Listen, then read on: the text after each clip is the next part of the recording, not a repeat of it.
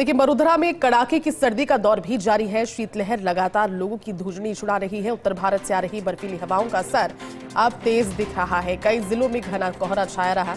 Mount Abu में न्यूनतम तापमान जमाव बिंदु के करीब पहुंच गया और इस वजह से काफी ज्यादा ठंड पड़ने की वजह से लोग व्यथित भी नजर आ रहे हैं, परेशान भी नजर आ रहे हैं। क्योंकि मौसम विभाग का अंदेशा यही कि आने वाले दिनों में सर्दी और ज्यादा बढ़ेगी। और हमारे साथ माउंट आबू से सहयोगी कमलेश उस समय जुड़े हुए हैं। कमलेश, बहुत गोल्डन पीरियड कहा जाता है 25 तारीख से 31 तारीख, और खासतौर पर हिल स्टेशन माउंट आबू के लिए तो और ज्यादा सोने पर सुहागा का ये मौसम, क्योंकि लगातार पर्यटक पहुंचते हैं और ऐसे में आने वाले दिनों में अब और ज्यादा पर्यटकों की आवक बढ़ेगी, क्योंकि अब नए साल के जश्न की तैयारी भी शुरू हो गई है। अगर सर्दी के लिहाज से पूछा जाए कमलेश, तो अभी क्या अपडेट है आज के लिए सर्दी का, और आगे कार्यक्रमों को लेकर भी एक बार जानकारी दीजिएगा।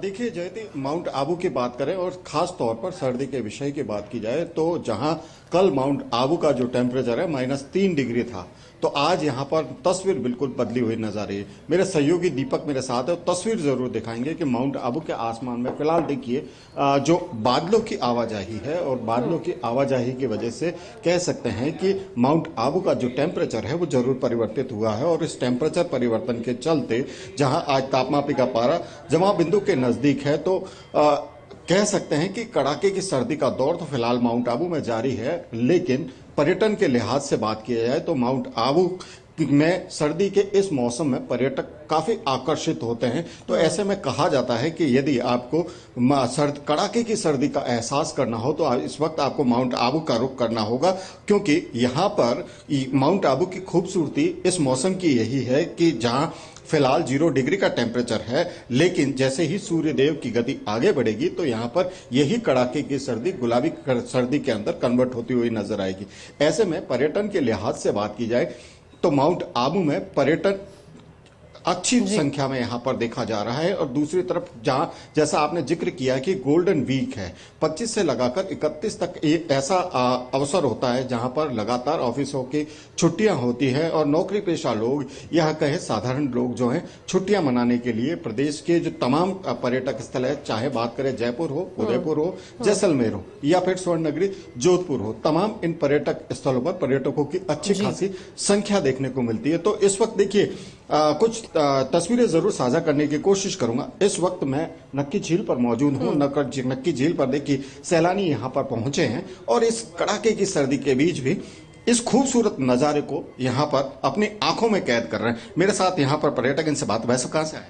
हम मोरबी से आए। कैसा मौसम?